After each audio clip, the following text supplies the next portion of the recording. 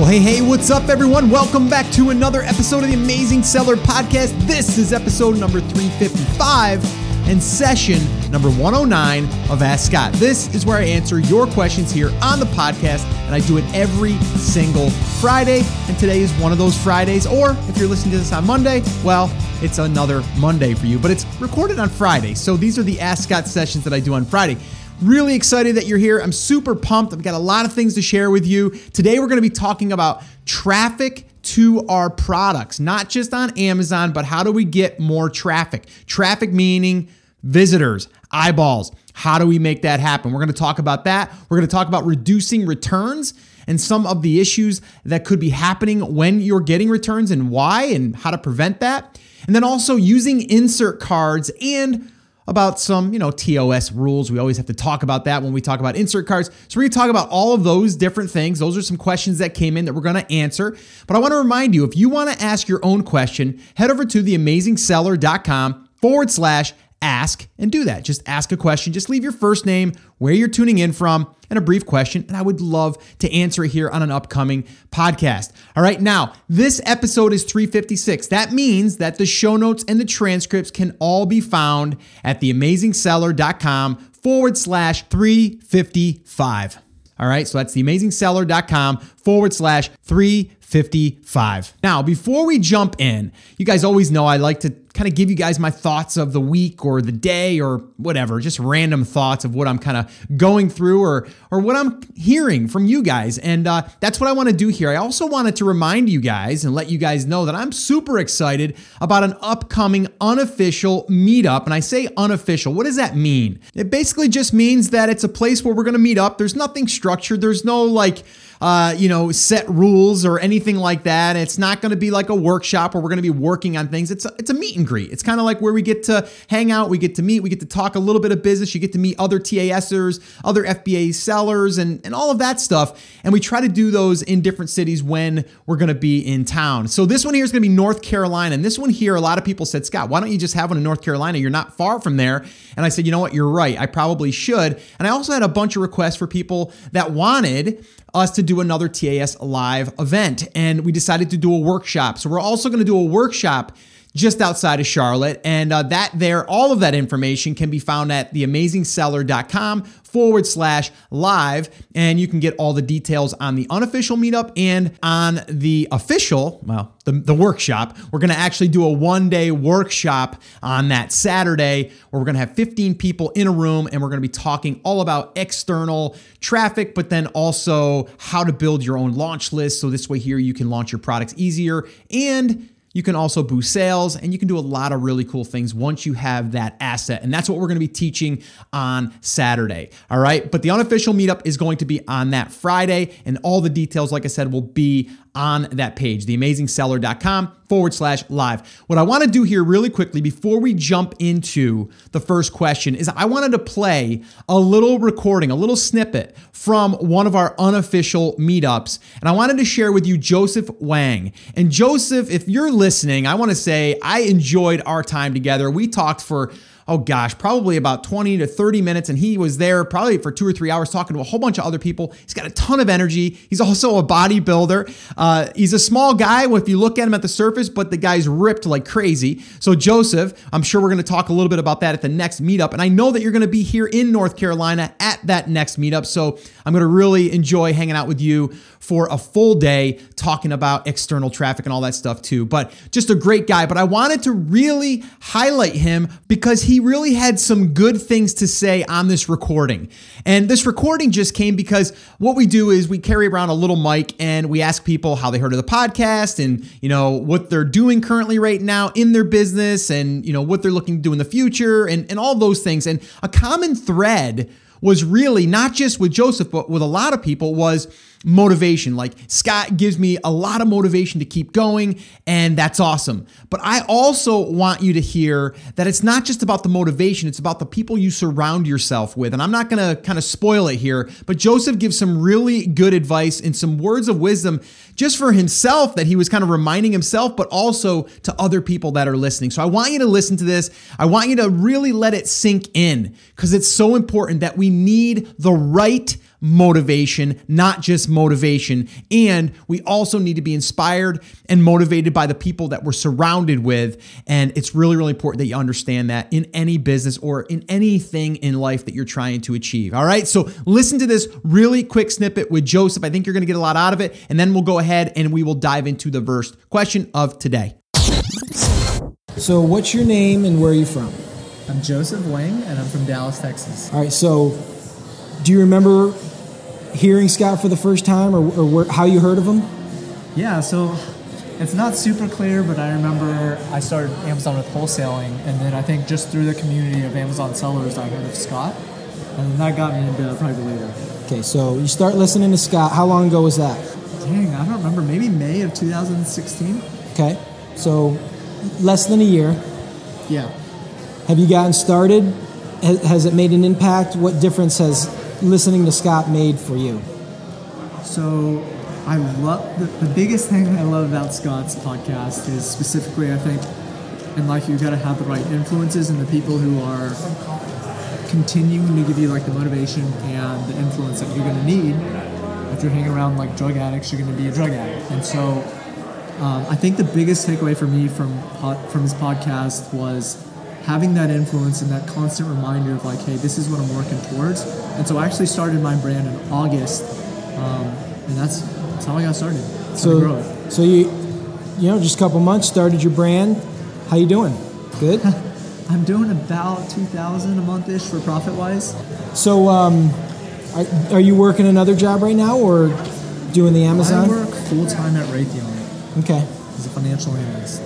So is that something that you want to continue? You want to do both of them and just have Amazon as a side income, or is it going to replace your income? What's your goal in the end here? I am totally an entrepreneur.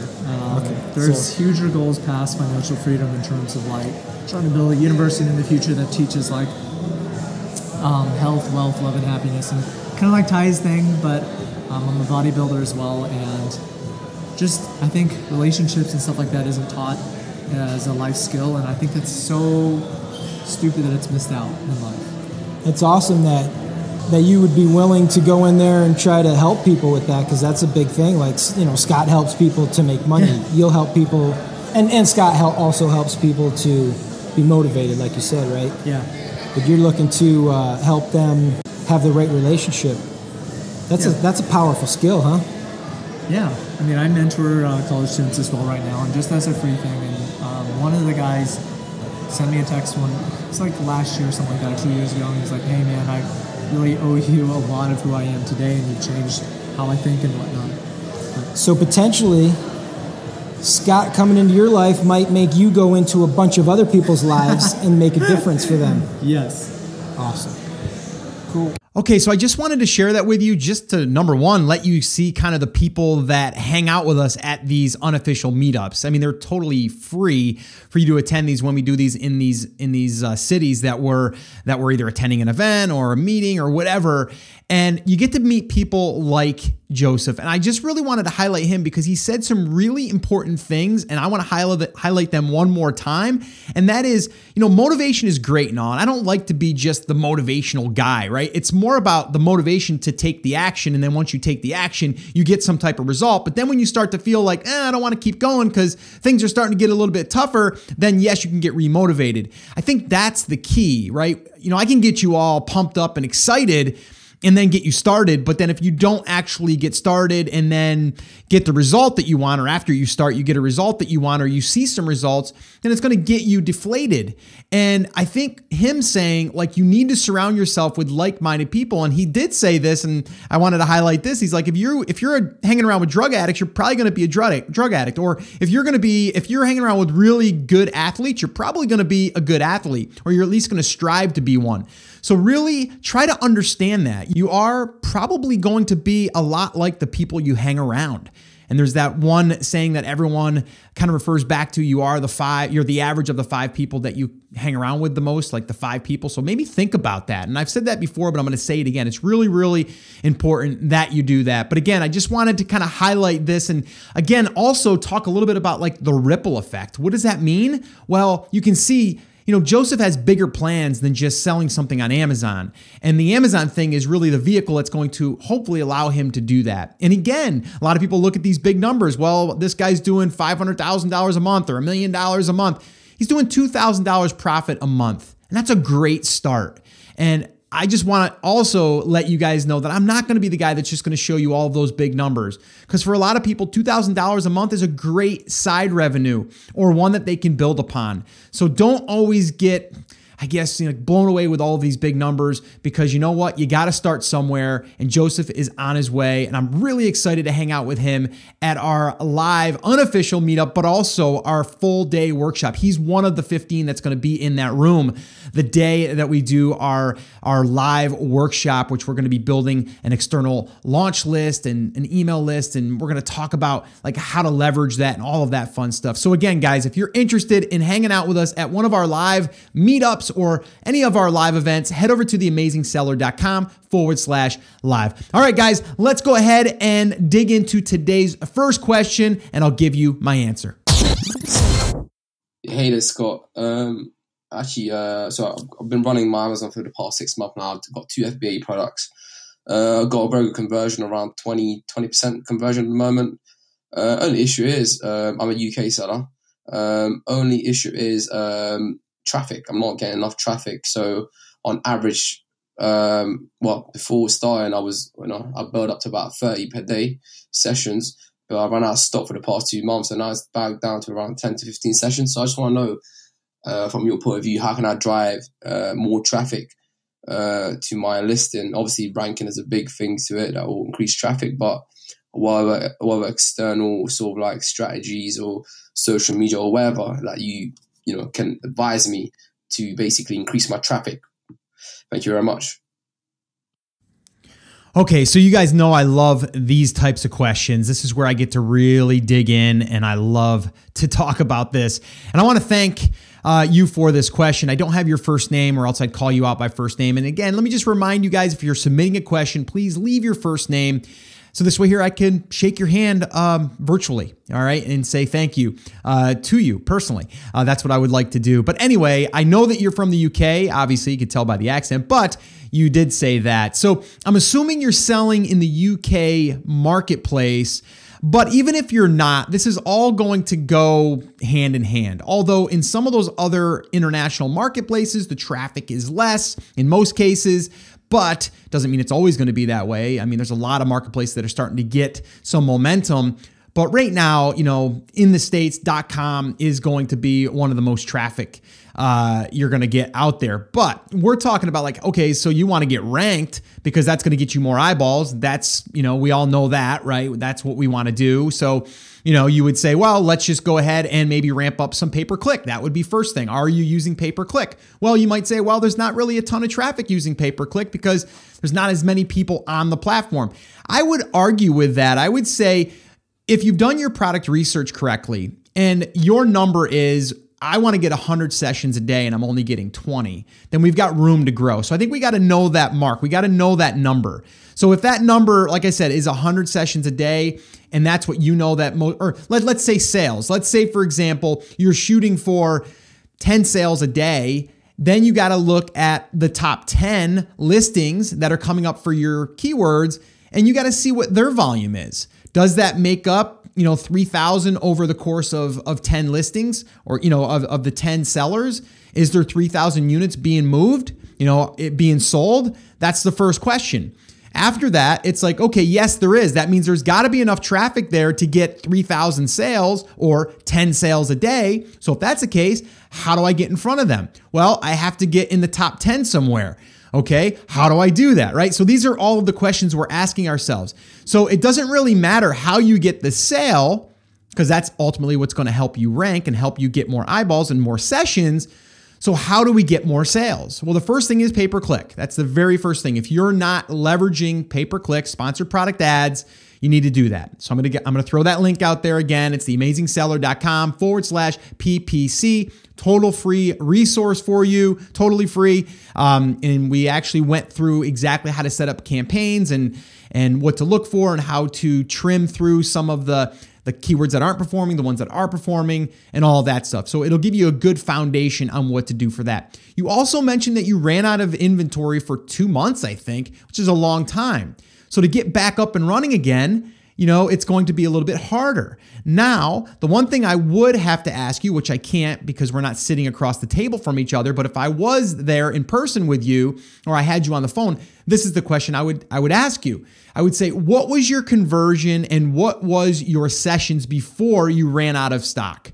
Now, again, this can change. If you're a seasonal product and you're in the summer and you ran out of stock there and then you relaunch in January and your product isn't selling well in January, it's probably just because it's seasonality. Okay.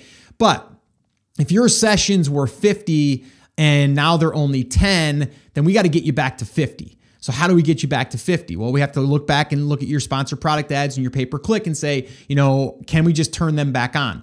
Did you raise your price to try to slow yourself from running out of inventory? And if you did, you probably decreased your conversion rate, and now that will hurt you when you go to launch again. So then we have to start to get that velocity again, that momentum.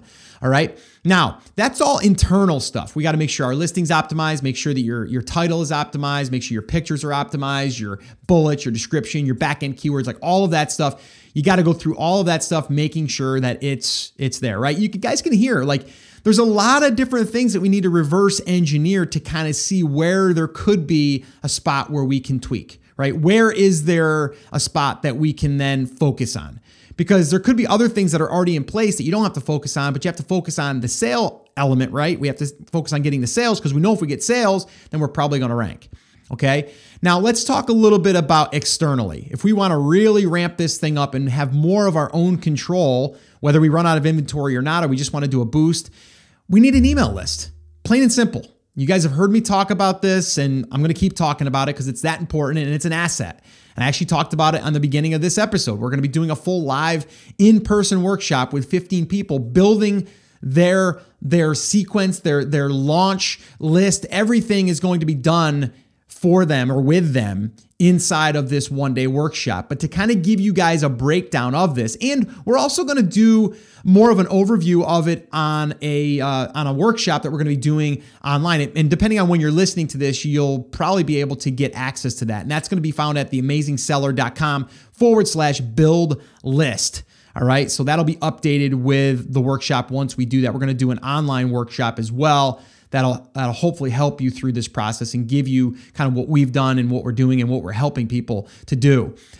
So the big thing though to think about, and this is like an overview of what it looks like, you need to get attention for products in your market that are similar to your products or your product. A lot of people make the mistake and they just want to take a Facebook ad and drive it right to their Amazon listing. And that's bad in my eyes because we're driving a ton of traffic. And then if only 5% convert, it takes your conversion rate and drops it down because Amazon sees it as a session. They don't see where it necessarily came from. They just see as someone landed on your page. So what we want to do is we want to control that. So one little filter that we can apply there and we can start to build an email list is to add a landing page to that. So if we have a Facebook ad and we're going to give a 50% off discount, well, all we have to do then is say, hey, to receive your 50% off discount code, just enter your name and email address and we'll send it to you. That's it. It's that simple. So you're basically just taking a Facebook ad, you're finding your audience, your target audience, which is very easy to do on Facebook nowadays. You just go to a Facebook fan page that's related to your market. And then look at Facebook pages. Groups, or just interests of different interests that are in your market, and then just target those groups. And you can do all kinds of demographic stuff and all of that stuff. But then what you want to do is drive them to the landing page that gives them the 50% off discount, and then in exchange for the code, they're going to give you the email address. Okay, and then from there, immediately you can boost your sales. Okay, now, I've found, and I like doing it this way, is I like to create a little bit more buzz and a thing where it's more shareable, right? A bigger bundle in a sense. And you might not have all the products to make the bundle. So what I like to do is take products that are in your market that people would definitely want when they buy your product or if they buy your product. And then from there, you could always upsell them later on that, or you can even include that in part of the prize. Okay. So just imagine, again, you have, and I use this example a lot. If you are selling a tackle box Well, you can find the top fishing pole and then a fishing net and a fishing vest and your tackle box, put it into one package, and then have people enter to win that, and then do that for 30 days. And then on the back end of that, the people that don't win, let's say you get 1,000 people to enter their email address. Those 1,000 people, there's one person that wins, there's 999 that didn't. You can offer those people a 50% off discount on the back end if you want. And then instantly, you're going to be able to start boosting your sales.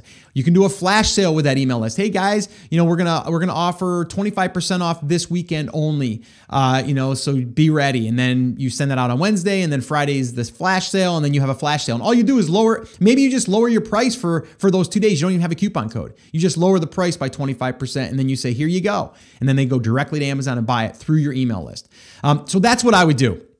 Just some ideas for you. Hopefully this has helped you. I can go on for talking about this for hours, which I'm going to be doing, by the way, in North Carolina in June. So I'm super excited about that. I'm actually going to be getting hands-on and building it with people, which I love doing as well. So anyway, hopefully that helps. Keep me posted. Let me know how that works for you. And let's go ahead and listen to the next question, and I'll give you my answer.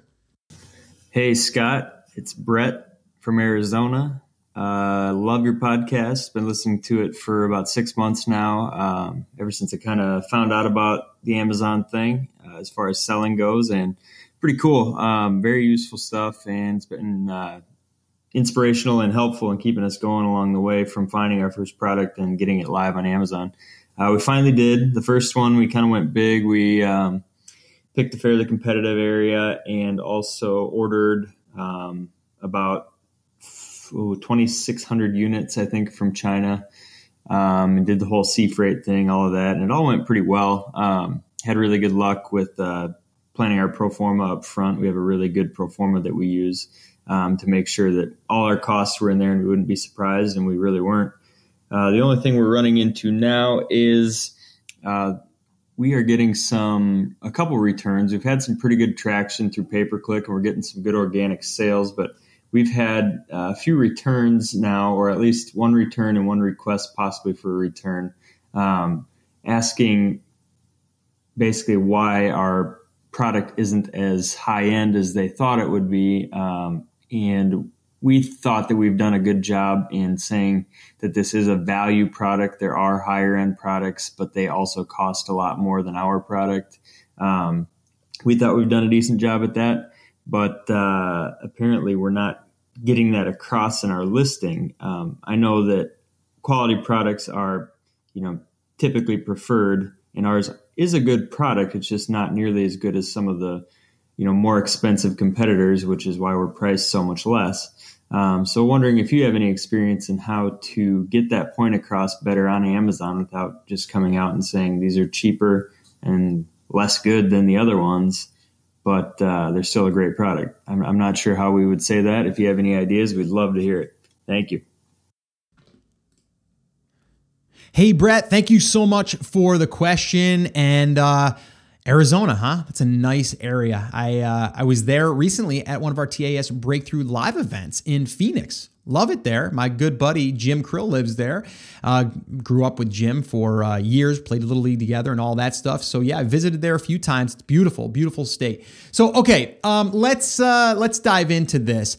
Now, it sounds like you've taken a product and you've actually went the other way with it. And what I'm seeing here, or I'm hearing here, is that you took a product that is usually more expensive, okay, and then you made a more generic version that people can buy. This is a little dangerous, to be honest with you, because people are expecting higher quality and then you're giving them like an off brand. And I know myself personally, being in the photography business, like I've done this, right? I've bought these little, there's like these little receivers that connect your camera wirelessly. And it's basically you plug it into the shoe on top. And if you guys don't know about photography, you probably don't know what I'm talking about. You don't need to. Just understand there's like a component that you buy that slips into the top of your camera that then communicates and speaks to your external lights. And I bought one off of eBay, I think, and it was like $25, but the more expensive brand was like $100. And I said, you know what, I'll just try it. And I got it, and it was a piece of junk.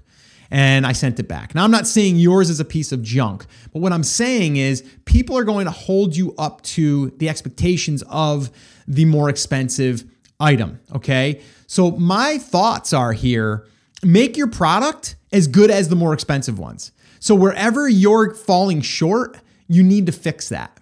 And that might not be what you want to hear, but that's what I'm going to tell you, because that in the end, if you can have a better product, okay, and then sell it for a little bit less, that's great for you, because now people are still getting, they're getting the same deal as if they were to spend $100, they're getting it for 75. I wouldn't want to be that much lower either, because why? Like, you can make more profit by charging more. And if your competitors are charging more and you're going to split that cost in half, and I don't know what your cost is, how much cheaper it is, but if you're doing that, you're leaving a lot of money on the table. And then also people, they perceive it to be not as good if it's too cheap.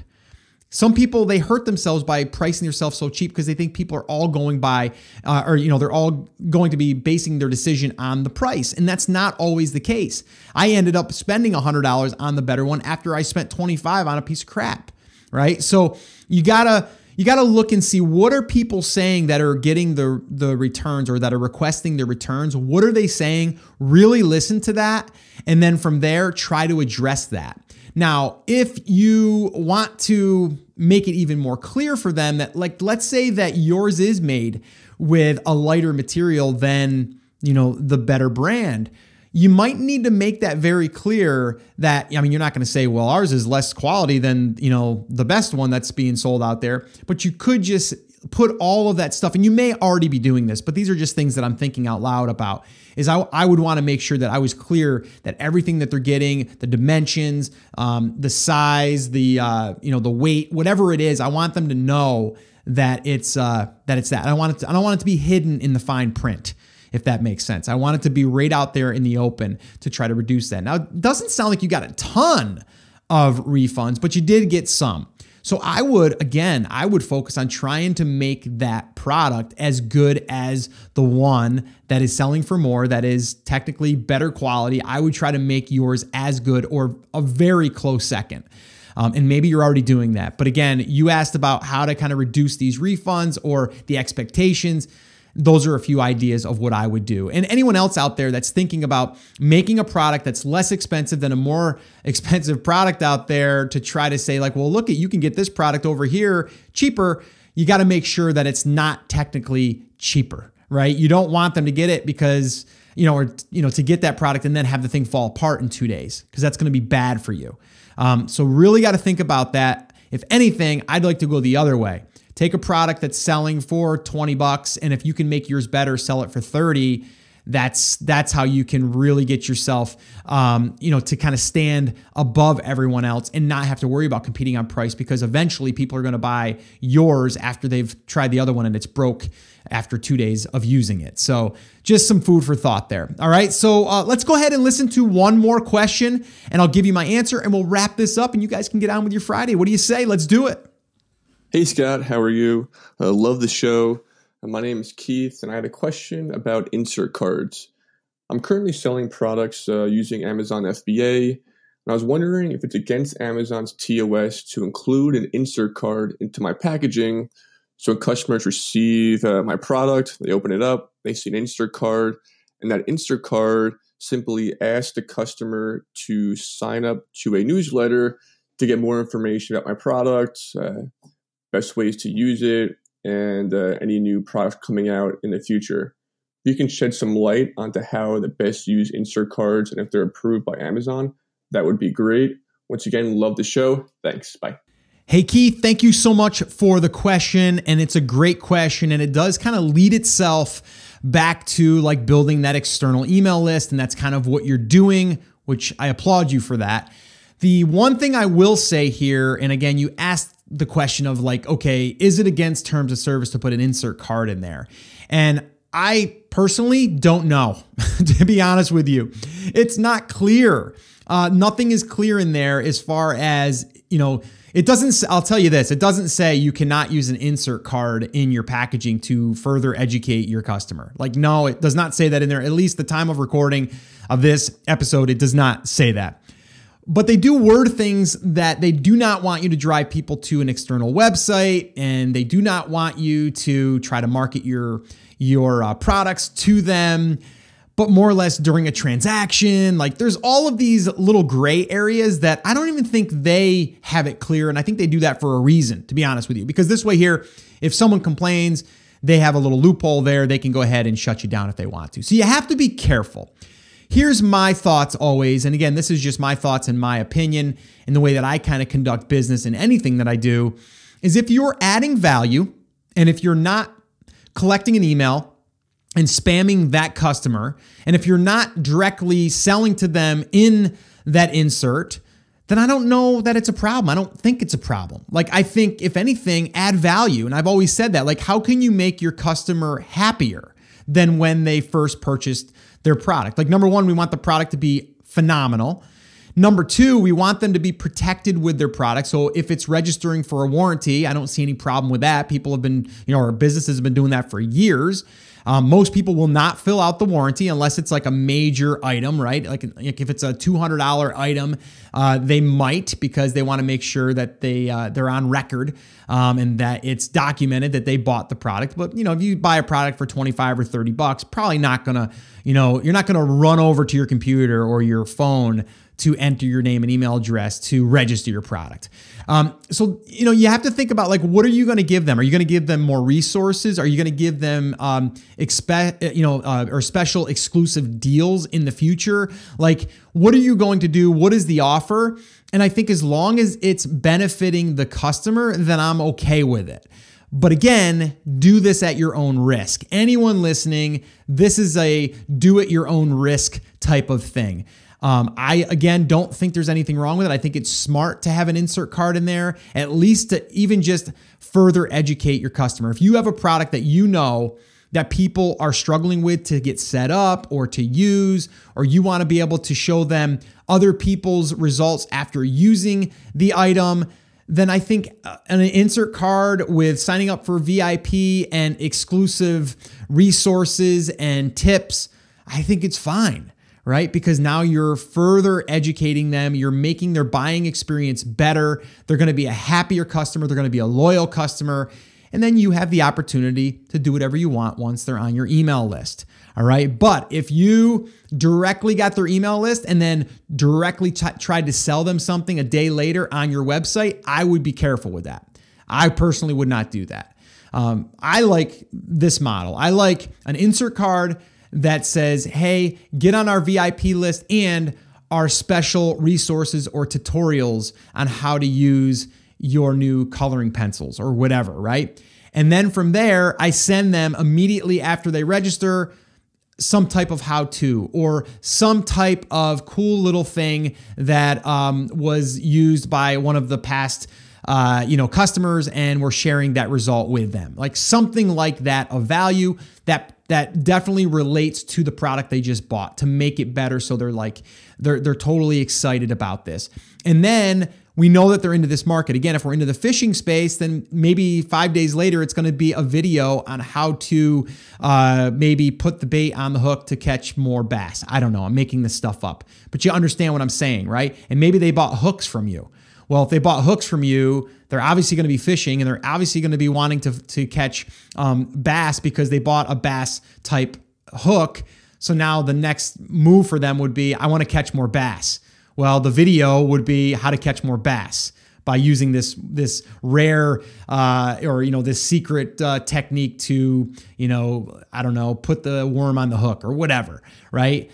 So that would be something that you would do to lead people through the better experience moving through using your product. So anyway, I kind of went on a little bit of a tangent there, a little bit of a rant, but it's well-deserved, I believe, because you want to direct people to a resource, not necessarily just to get them to buy more stuff. So if you can switch your mindset on that and then lead them back to a piece of content that helps them further with the product that they bought, and then maybe you have additional products that are kind of wrapped inside of that content, that's another story. But anyway, that's what I would do. I'd be careful And as always, I always put the little disclaimer in there, be careful with this and use your own judgment. And again, this is just my opinion. I am not saying at all that Amazon is okay with it. I'm not saying that they're not okay with it. It's kind of that gray area. All right. So that's it, guys. That's pretty much going to wrap up this episode of Ask Scott. I want to thank you guys again, everyone that's submitting questions. Keep doing it. Keep submitting your questions. If you have not submitted a question, you can do it anytime. Just head over to theamazingseller.com/ask, and that would be awesome. The other thing I want to remind you guys, if you guys have any personalized notes you want to send me, I'm talking in the mail, I want to put them up on my thank you board. I have a board in my office, and you guys can check that out by heading over to theamazingseller.com/notes. And you'll see an address there that you can submit a letter if you want to, maybe a picture. I have someone that sent in a TAS Montreal. Evelyn had actually sent this in. It's up on my wall, about, 8 or 10 people in that meetup, and they're holding up a sign. And so I want to be able to post your thank you letters or just a note, maybe telling me where you are in your journey, and that would be awesome. So if you want to do that, head over to theamazingseller.com/notes. All right, guys, so that's it. That's going to wrap up this episode. Remember, as always, I'm here for you, I believe in you, and I'm rooting for you, but you have to, come on, say it with me, say it loud, say it proud, take action. Have an awesome, amazing day, weekend, whatever time of the day, whatever day it is during the week. Have an awesome, amazing day, and I'll see you guys right back here on the next episode.